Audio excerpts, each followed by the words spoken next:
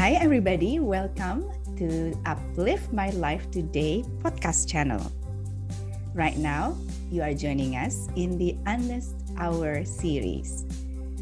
We believe that stories connect, inspire, and give us hope. We also believe that stories of real people who have suffered adversities, breakups, breakdowns, and rebuilt their lives are powerful reminders of what the human spirit is capable of. My name is Astuti Marto Sudirjo. I am a subconscious mind reprogrammer and a life coach. And I'm Julie Growell. I love connecting people, listening to their stories, and getting inspired by them, and sharing those with others. And together, we're holding the space for brave life warriors to share their journeys, reflections, and learnings. They show us that no matter where you are in life, however dark that place is, there is the option to rise, that it's doable and worthwhile if we choose to. Now, our guest today is Tatjana Radovanovic Küchler, who is the founder of Soulwhisperer and co-founder of Soulmystics. She has successfully practiced and taught hypnosis and past life regression for 20 years. Tatjana has oriented her practice toward connecting with departed loved ones and guiding people on their life journeys as a spiritual medium after losing her eldest son in 2017 in a tragic accident. Today, her life's purpose is to help with the grieving process and raise consciousness that life is continuous by teaching mediumship so that everyone can connect with the spirit world. Welcome, Tatjana. Thank you. Lovely to have you here, and thank you for making the time to speak with us. Thank you for inviting me over and having me and letting me share my story. Yeah, our pleasure. So, let's start off with this the tragic the story of you losing your son in 2017. I'm very sorry about that. It must have been a very difficult situation. Can you share a little bit more with us about that and what happened and how it was for you? Yeah, so in 2017 in September, my son took the motorcycle to go on his I would call it the last trip before serious life starts. And he left for the airport. I heard him leaving and got up then, he left and I got up then and went have my breakfast coffee and opened the newspaper and read in there that a young man, his age, has passed that morning at the airport. And I was hoping it was not him. So in my mind, I went through and I thought, I hope it's not I hope I texted him a million times, called the police to verify that it's not him. There was a picture of the motorcycle. His body was covered up, obviously, and they were very vague. They didn't say who it was, obviously, on the phone. And he sold that week his motorcycle and left with his dad's motorcycle, right? And his dad's motorcycle was bright yellow, so there were maybe 5 of them in the whole village or city where we live. And I didn't see this in the beginning in that picture of that article, but when I saw it, it was clear it was him. So then I just waited for the confirmation that it really was him, and it took several hours until the police came to my door and confirmed, but it was a very slow and gradual acceptance that in the end it was him. And yes, it's very tragic. I mean, as you can imagine, losing somebody as brutally as this without being able to say goodbye is obviously very, very destabilizing in many ways. And my husband and my 2 other children were not at home. My husband was in the US, my daughter was in China, and my other son was at the airport, but luckily he didn't see the accident, so he came home much later. And I had to calculate and find out who was where and whatever. So in those first moments, there's obviously the big shock, and then comes, you have to inform everyone, you have to grasp all those important decisions that you have to make. So we had to organize the flight for my husband, for my daughter to come back as fast as possible. How do you announce something like this to somebody else? To me, it was as shocking as some people might think it is to learn about somebody's passing in the newspaper. I didn't know exactly at that moment that it was my son. So it was a gradual experience of acceptance that it was him. And for me, it was right. For me, it felt right this way. I don't know how it would have been if they would have just rang my door and said, hello, and this is what happened. Obviously, with all the gentle words, as gentle as you can say this. But yes, it is, or it was very tragic. And 2017, it's not that long ago. It's still very recent. And in that time, it is to come to accept that he is not here anymore, that things are not, even within our family, that they're not the same as they were before, and it will never go back to that. The acceptance that there is a new me. If I'm just talking about myself, there is the one before is not there, and so you're rebuilding yourself, your whole being,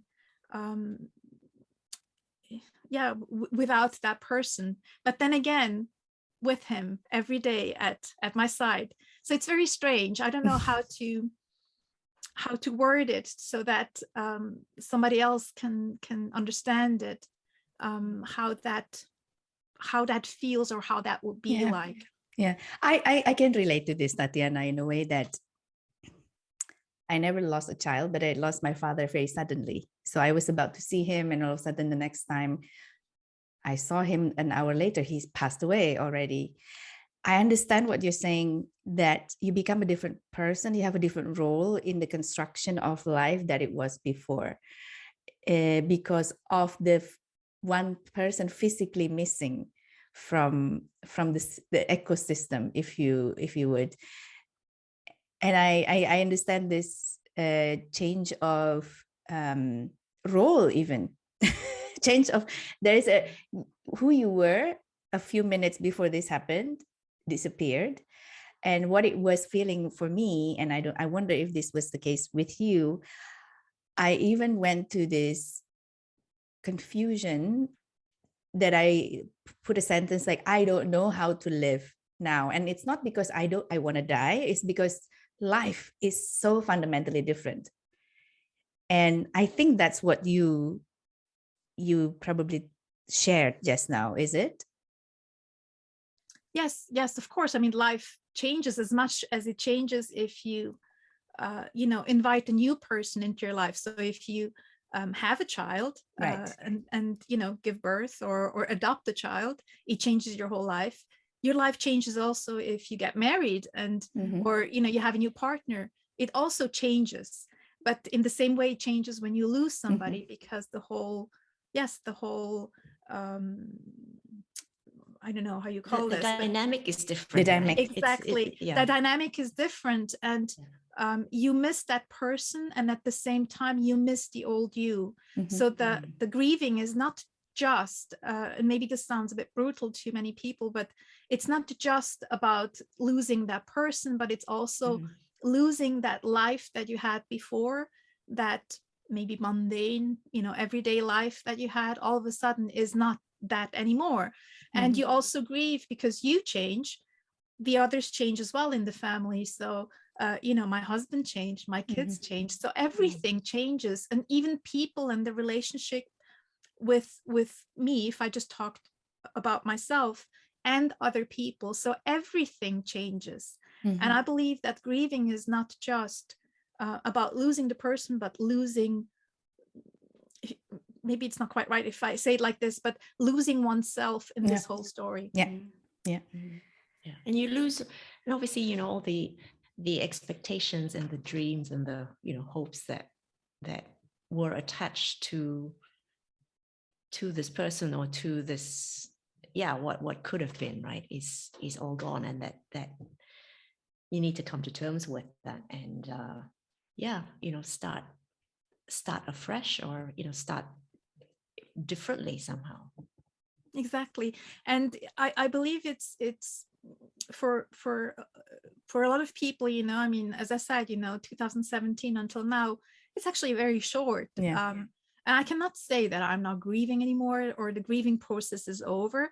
It's never going to be over, because there's always moments when you feel, or when I feel, extremely sad, or something reminds me of him, or reminds me of that time of before. So it's like waves, in the beginning it's like a big storm, and you cry every second of the day, and then those spaces in between where life gets normal in a way, it becomes a bit longer, but it's still there. And I hope to make people understand, if they say, it's a grieving process, and the process has a beginning and an end, but this doesn't have an end. It is always there. You just learn.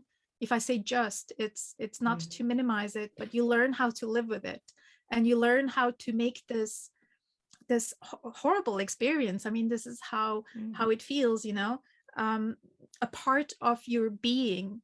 And I find the interesting thing, I mean, I lost, like you, Astuti, my parents. My mother died several years before my son, and my dad just a couple of years later.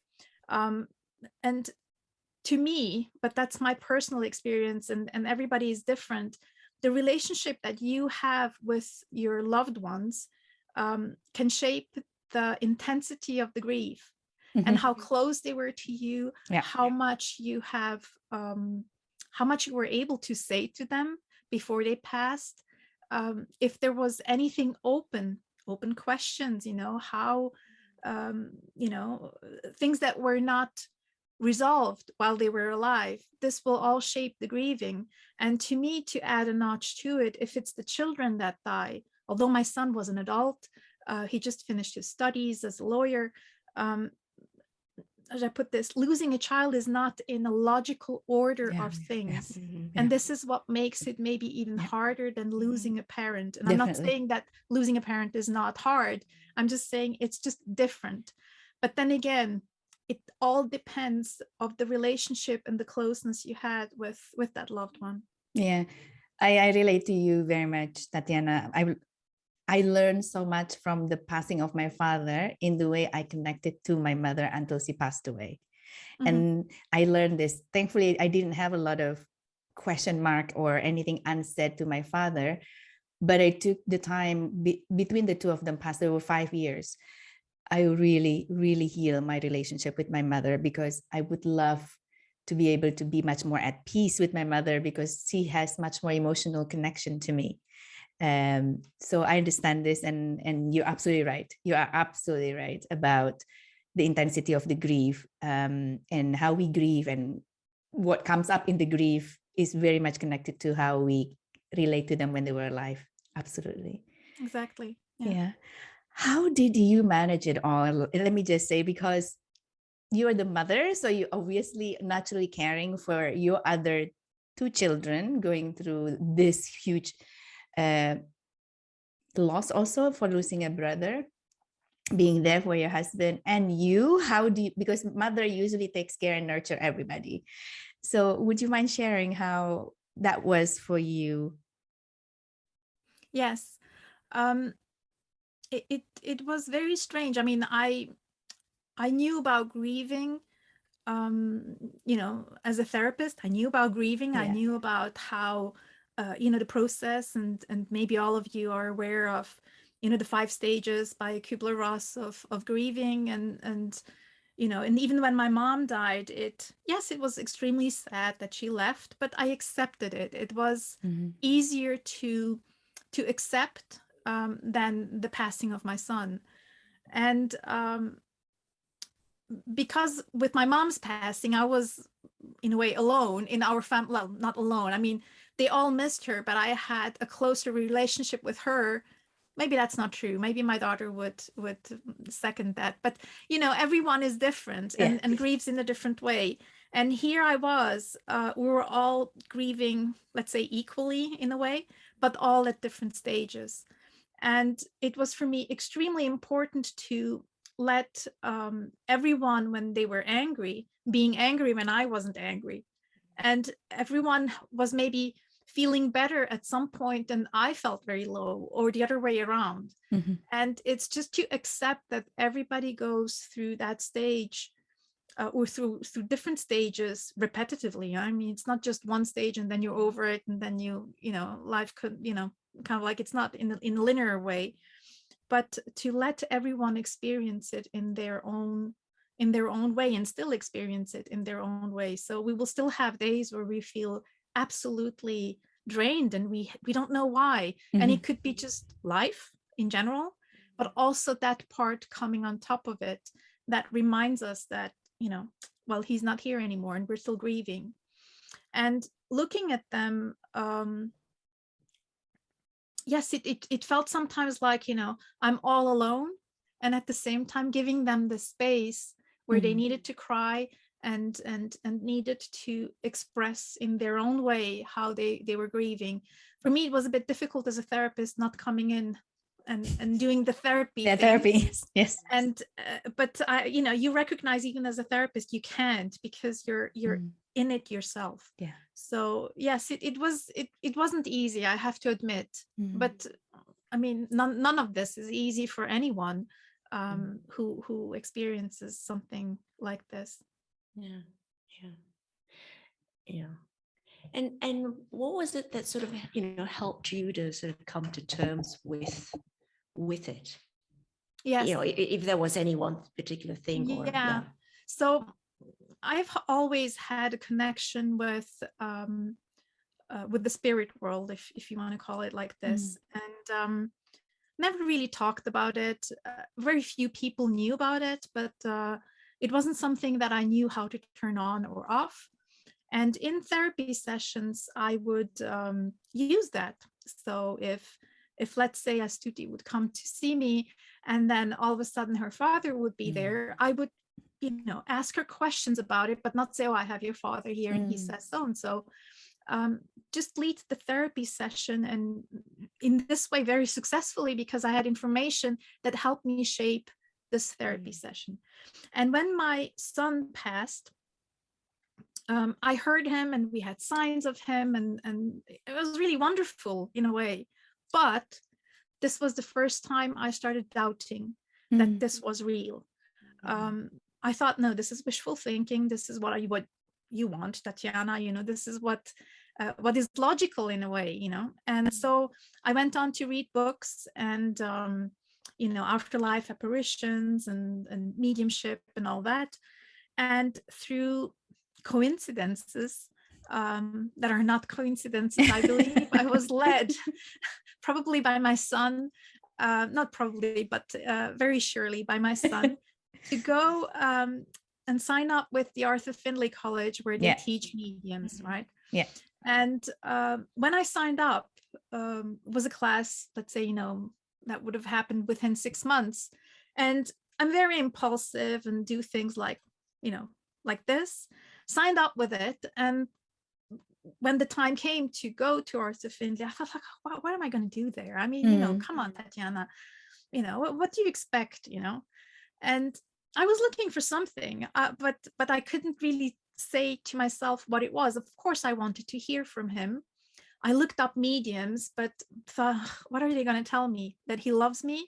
And it's like, of course you want to hear that, but you don't want to hear it like this. You want to have some proof, something that, confirms it. And so anyway, so I went to Arthur Findlay, and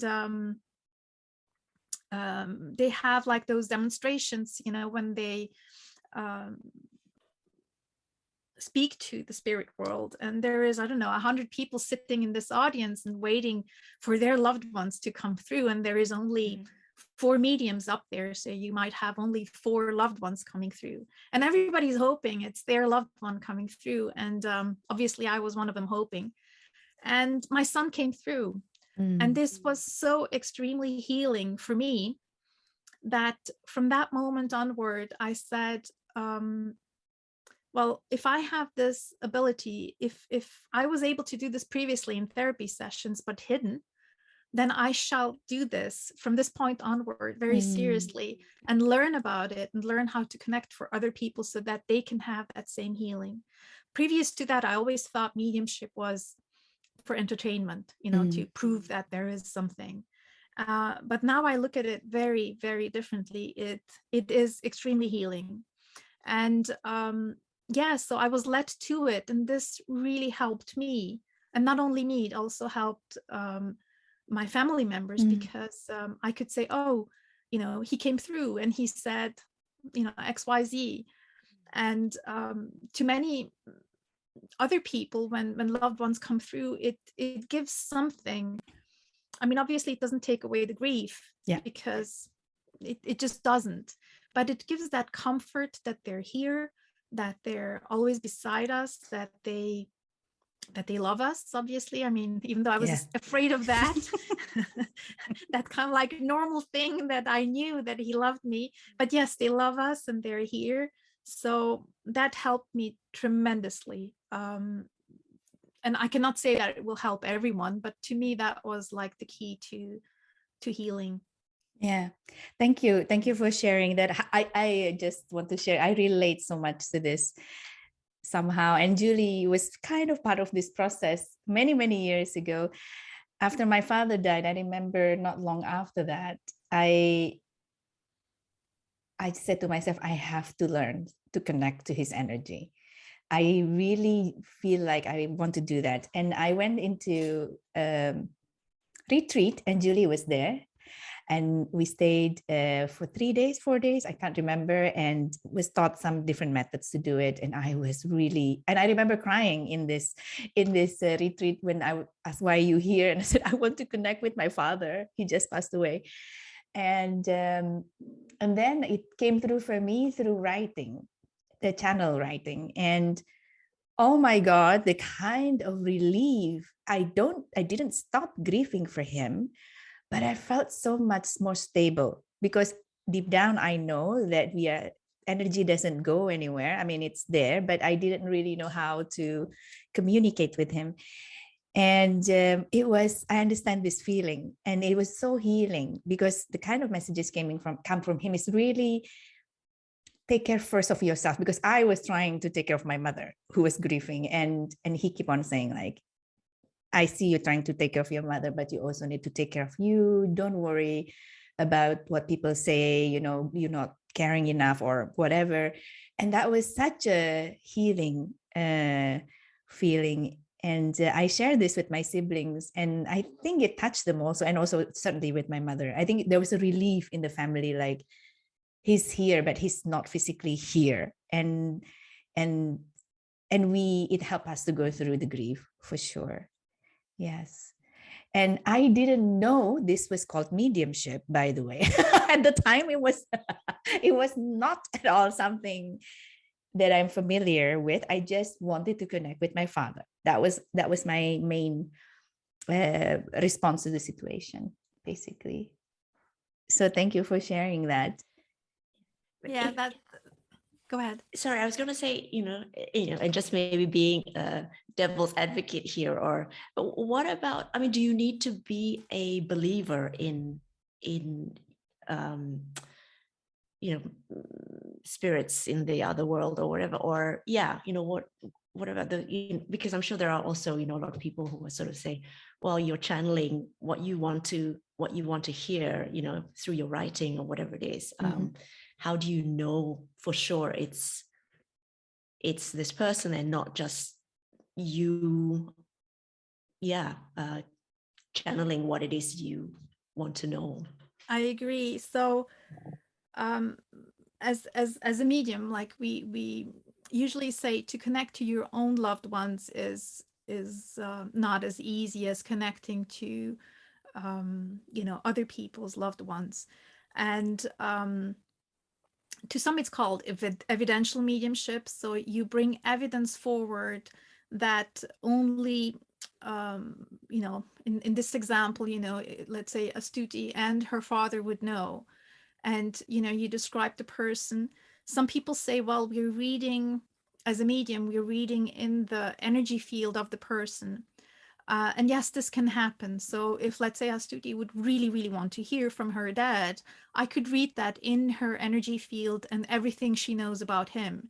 That's a possibility. So yes, you're right. If you want to be the devil's advocate, that could be a possibility. But if you go and study seriously mediumship, then you learn how to connect to a person and also to the spirit world, and bring evidence that not even Astuti would know. So it would only be her father.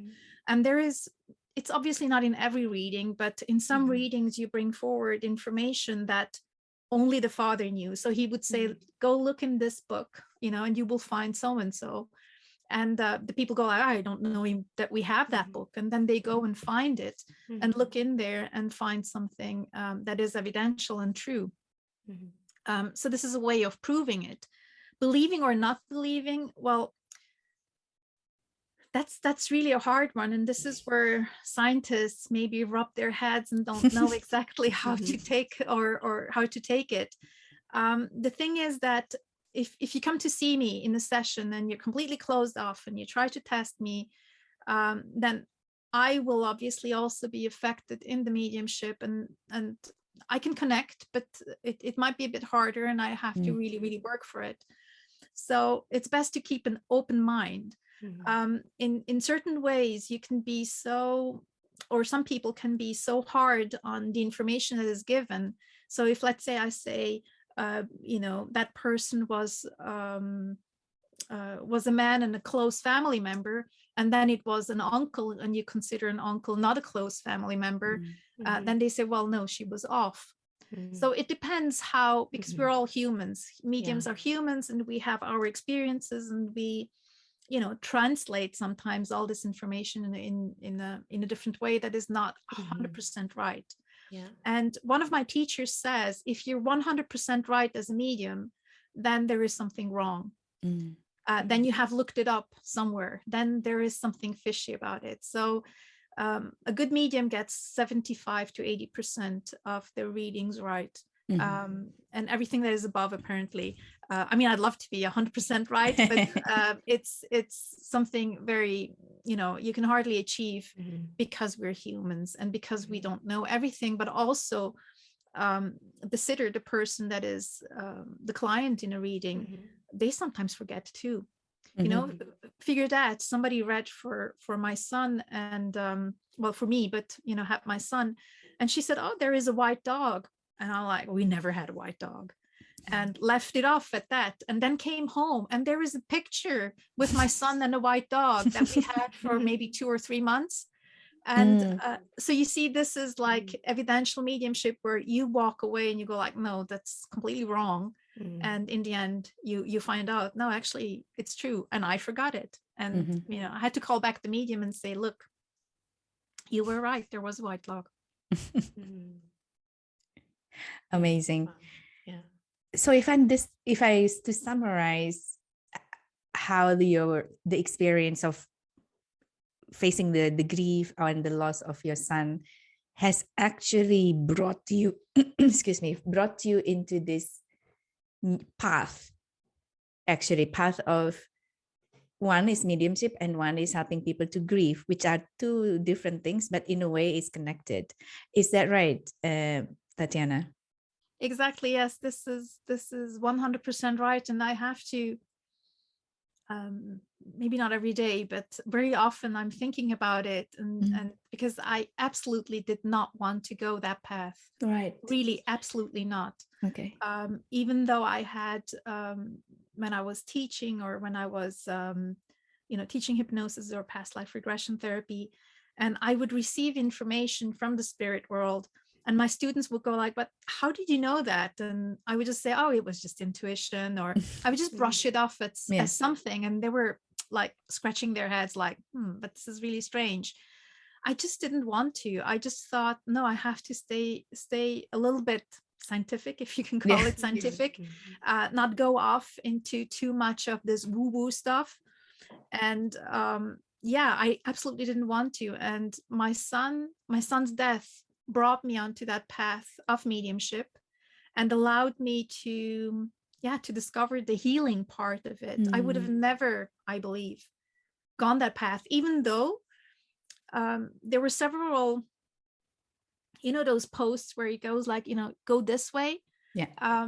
Well, I didn't want to. I just refused. I really refused. And this led me to it in such a big way. It was almost like a big bang. And today, I have to say, it makes my heart jump when I can do a mediumship reading for somebody, and when a loved one comes through and I can bring him that, I can bring him the proof that they're here and that they still very much love them, and that life doesn't end with our physical existence. Yeah. That to me is, it's an honor. It's also being of service to the spirit world, but also to the people here. Yeah, I mean, for me, it's hard to explain, but if you've ever seen, the nuns or, very religious people, like speaking about like enlightenment or something like this, to me, this is how it feels. We become, if I say we, a lot of mediums who do this really with their whole heart, it feels like enlightenment. It feels like ecstatic, it's like you're there and you get addicted to it, because you want to also connect, because you feel good by connecting with them and also bringing those messages forward. So that's the best I can answer that. But yes, absolutely, it brought me on that path, and I'm grateful, that I was led to it, maybe forced to, to go that path, because I wouldn't have gone that way. Yeah, I think that you said it beautifully, forced. It's almost like being forced to go there, which a very strong kick in the butt by the universe and your son. Come on now, go this way. But you also mentioned briefly that this is something that you kind of you have been able to do, as in terms of connecting to the spirit, since you're very young. Yes, the first time I would say, as a child, I would have, those imaginary friends, like, children sometimes talk about, but the very first, I'd say, verifiable apparition I had was my grandfather, who appeared at the end of my bed, and he didn't say anything. He just appeared, and I woke up and he was just waving goodbye and left. And although there was nothing said, verbally, I knew that he died, and there was no indication that he was ill or something. I didn't know anything about what was going on, and I didn't know in the morning if I should tell my mom or not, or it was just very strange. And I thought, I'm not going to do anything because it doesn't feel right. And later that day, my mom went to work, and we received a telegram that my grandfather died that night. And that was the first encounter I had with the spirit world. And how old were you at the time? I was 9 years old, about 9 years old. Yeah. And it didn't scare me, or it wasn't, it wasn't something like, oh no, nothing like that. It was just like, it was normal. I don't know how to explain it. It was absolutely normal. And I had a few more experiences that are not really the encounter with the spirit world, but in 1998 we lived in the US, and we decided to move from the US to Geneva. And because we owned the house there, we had to sell it first. And my husband would have started work beginning of September. And we thought it would be more practical to have my oldest son start school, first grade, with all the other students and not drop in the middle of the year. So before they left, so we organized everything, and I knew that there was something going to happen with an airplane. I cannot explain how, but it was just like I knew something was going to happen.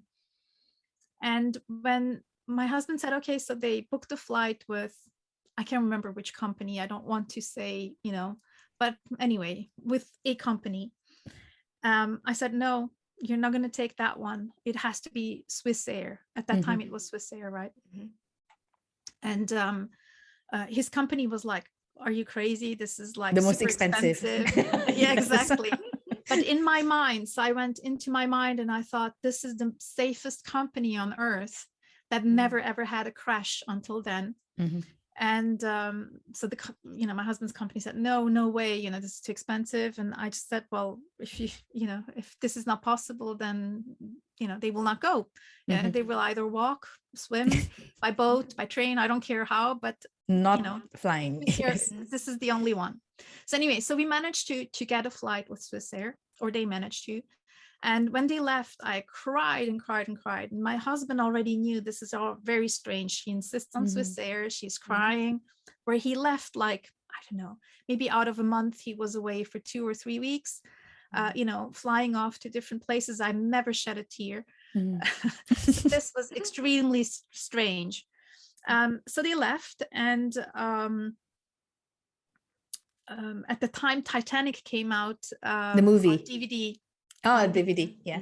And I just got the DVD, although I saw it in the cinema, but so I popped the DVD in, or the cassette, I can't remember. And at the end, when they're in the very cold water, and freezing and whatever, I'm thinking like, oh, I wonder how cold it is now. And movie ends, I turn it off, and there was this announcement: Swiss Air 111 crashed. Swiss Air, yes, in Halifax.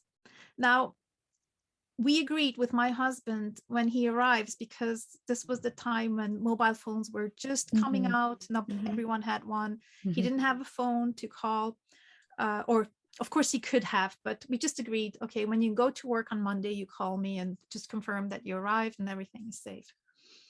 And so I lost track of time. I didn't know anymore which flight, if it was that one or not that one. But in any case, so it was the Swiss Air 111 flight that they were on, or I thought they were on. My God. And so I convinced myself to go to bed, fell asleep.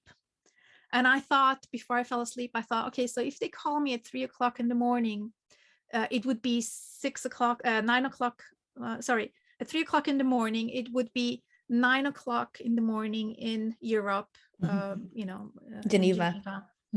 And so they called me at 3 o'clock in the morning, and my husband said, oh, hi, honey, I'm fine. Everything is okay. And I asked him, are you sure? Where are you calling from? Heaven or earth? Exactly. And my husband knew what I meant. And he's like, no, I assure you I'm alive. Okay. And I'm like, but look down your feet, pinch, ask the people around you if they can see you. They can touch you. It was a funny moment, but I was extremely serious about it. And it was just their suitcases that were on that flight that crashed. So they didn't have anything to wear. I had to go shop for clothes. I mean, a small loss compared to the people who lost, their loved ones on that flight. And to me, that was a huge learning experience, in a sense of, even for now as mediumship, how we can influence certain things, but in a very subtle way. So I knew something was going to happen, and I almost led them to that company, that plane that crashed. I mean, it was only 24 hours difference. It was exactly that same airplane with which they left from New York to Geneva. So they'd taken the same plane, but a day earlier. Exactly. Wow. 24 hours earlier. My God. Yeah. So, it was confirmed that, something would happen, and I have chosen, by using logic, the wrong company. Would have I stayed with whatever they booked, you know, Mm-hmm. I wouldn't tell you the story that their luggage was on that flight, you know. So yeah, it was a very important learning for me, knowing that, okay, it didn't have to happen that time, luckily. But yes, I mean, we can be connected with the spirit world, we can be connected with everything that is around us, and to a certain extent we can avoid it, but sometimes we shouldn't interfere too much with it if you know these things could happen. Yeah. Yes. Yeah. This is quite amazing story, Tatjana. Yeah. It's almost like the universe has been knocking on your door a couple of times, and it takes quite a big bang to actually get. To be very honest, that was before that airplane crash. There were, I mean, I can tell you many stories of incidences where I was just led to something that was so improbable and impossible. We had but up to that point I was just like, yeah, you know, let you know, it's okay to know about these things, or it's fine, but I didn't believe it myself 100%. But that one with the airplane was quite shocking, to myself and also to my husband. I mean, he knew when I said, and even now when I say we have to do XYZ, and he's like, why? And I don't give an explanation of why, because often I don't know why. Then he knows we better do what she says, because there is some reason she can't explain. If she can't explain it, then there is something. And after that experience, did anything change for you? That first experience with the plane, did anything change for you?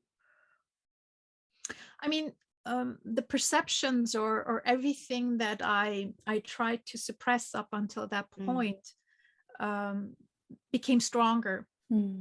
I became more aware. I had, with that airplane crash, I had an out-of-body experience. So I did what they called astral traveling, and I had no clue I did that. I had no clue I could do this, or I was doing it. It was a friend who mentioned it to me a few years later. But I saw myself in bed. I believe it was because it was a stressful experience. I was in shock, like seeing that I nearly led them to that plane crash and not knowing if they survived because I couldn't call them, right? And I saw myself lying in bed, and I thought, oh, shoot, I'm dead. Because this is what I read. This is how death looks like. You see yourself. And I thought, oh, it actually feels really great, but it's maybe not the moment, because I have 2 little kids sleeping in the other rooms, and nobody here that would know that I died at that moment. And I smacked back into my body. And from that point onward, I would do a lot of out of body. I would astral travel a lot. But I didn't know I was doing that, if that makes sense. Yeah. I didn't know what it was. And I would often go after that experience checking on my children. And then a friend of mine, we were on the phone, and she said, oh, what you do is astral traveling. And I'm like, oh, okay, I don't know what that is, but fine, good. And then she would go like, oh, so, okay, so try it now. It's like, what do I wear now? How do I look now? And it's like, you know, you're sitting in the kitchen, you wear a green shirt, and your hair is wet because you just washed it, and I don't know, you have a cup of coffee or something like this, and everything was right. And I thought, yeah, but everybody can do that. It's nothing special, you know. And she would go like, okay, so now tell me so and so and so and so. And it felt so mundane. It's like, yeah, I mean, it didn't feel different. But from that point onward, you're right, from that airplane crash, things like this would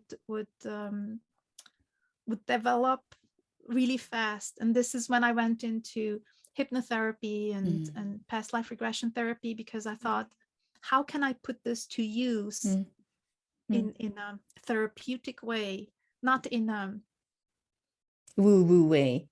Exactly. You know, how can I help? How can I put this to service for people, and not just, you know, like, I don't know. Yeah. What So. speaks to me the most from this conversation, Tatjana, is, and I didn't think until now, the importance of mediumship in my grieving process. Because in both instances, I actually was connecting to the spirit of my parents. The first time was new experience. And the second time when my mom passed away is just normal because I get used to it. And I actually don't know how I would be without that. How would I process my grief without this process of connecting to the soul, to the spirit of my loved ones that have passed? So it was really interesting because in my mind, this is normal because both times that I experienced this, I always connect to the spirit. But yeah, it just makes me think now. So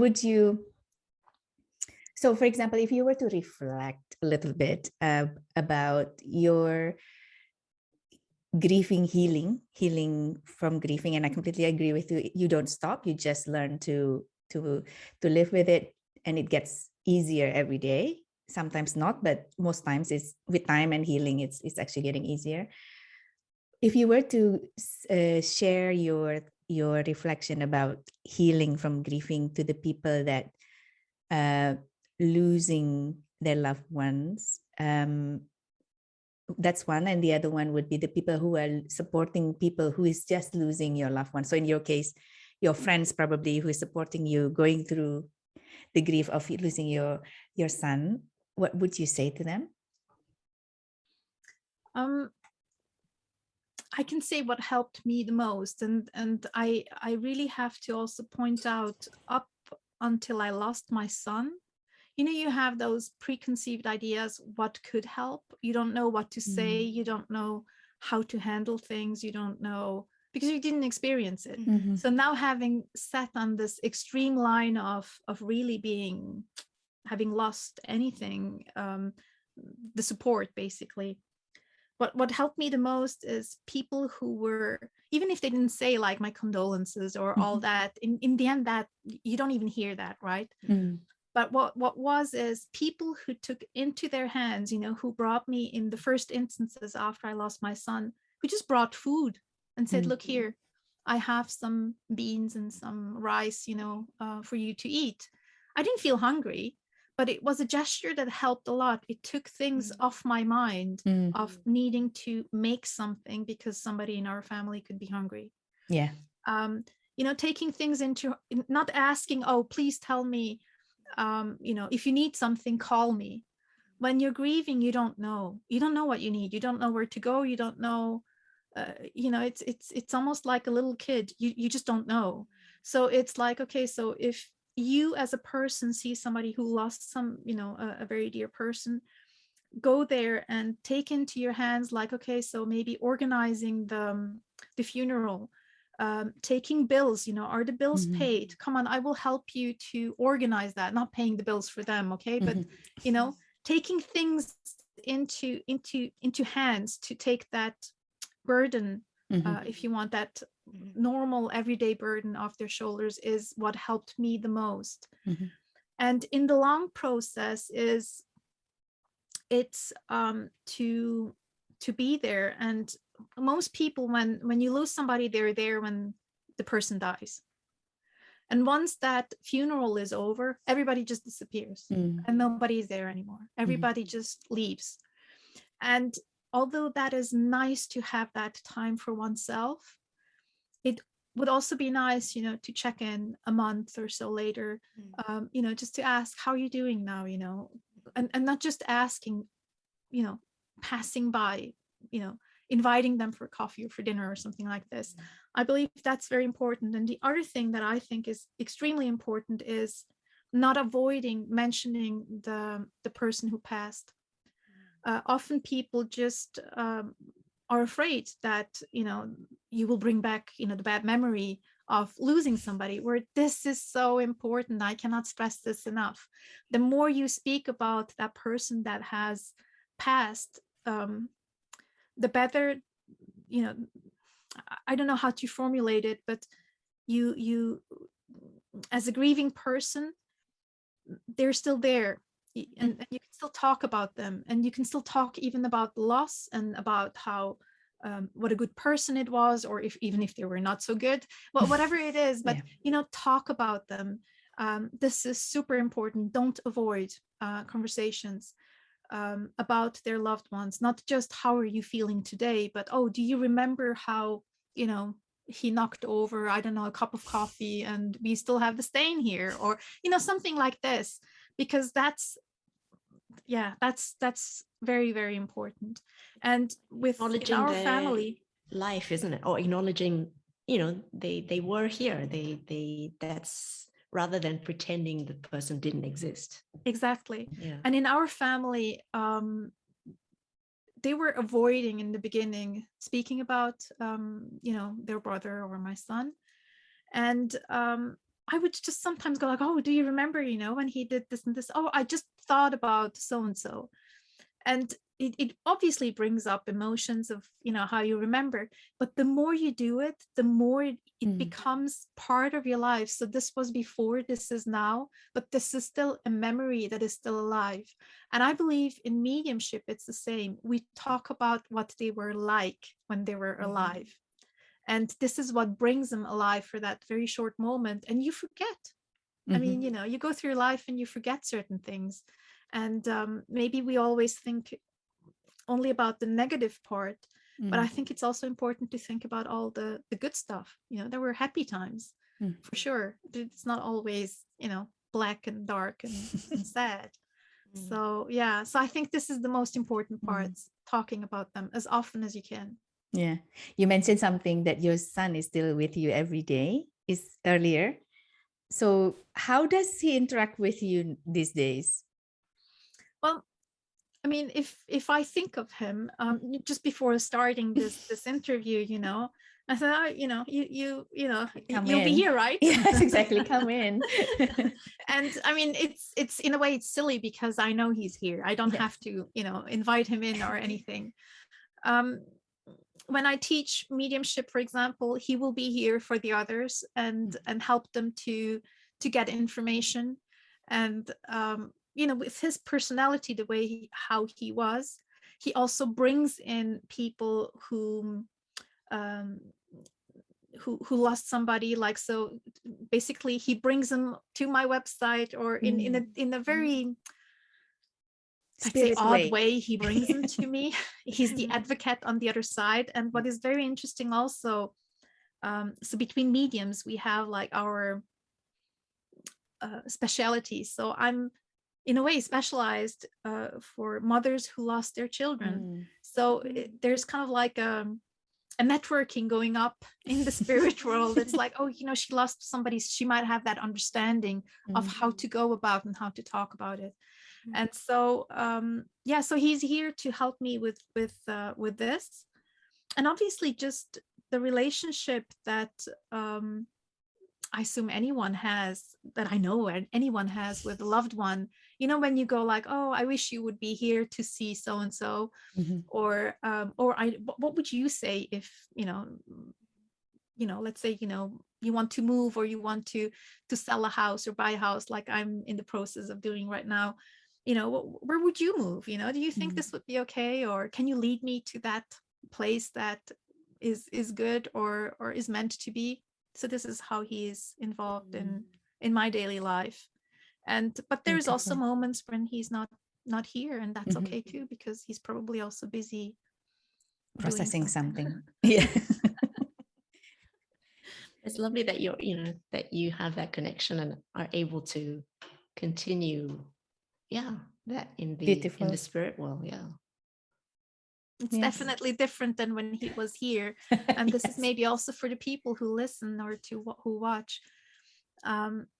You have to come to the acceptance that it's, we speak here verbally. We learned how this works, right, from very little on. And it's just accepting that the relationship continues, but in a different way. And to trust whatever you receive or hear or perceive is from your loved one. Don't do it like me and doubt that your loved one is here and that they really communicate with you. It's not always, I'm not excluding that it might be wishful thinking, but it's not always wishful thinking. It is more than often they're here and they kind of like whisper or put thoughts into our minds. Thank you, Tatjana. This is such a beautiful reflection out of something very heavy. Very heavy. Yeah. And I completely agree with you. Losing the generation after you is very different than losing the generation before you. And this is, for me, is very clear. So I suppose I would just like to mention to everyone listening that Tatjana is helping people through mediumship sessions and also trainings. I think you're also teaching people to do this. Exactly. So we will provide that information in the link under this, so people can check your website out, or otherwise you can mention how you work briefly. These days, more online. So I practice sessions in English, French, and German by Zoom. Is the easiest way to connect. And you can find on my website a link to book an appointment. And that's the easiest way to get in touch, and otherwise calling or emailing. Yes. Soulwhisperer.one. ONE. Yes. Exactly, yes. Good. I think we're going to conclude the conversation here. Tatjana, it's been lovely to hear from you. Thank you for sharing your journey in turning something so deep and heavy into a healing journey for you, for many, as an option for healing journey. And from Switzerland, the three of us would like to say thank you for listening. Hopefully all of you get some ideas, golden nuggets, some new ways of healing your grief, and find peace in your heart if you're going through such a journey at the moment. And until then, we'll see each other again soon.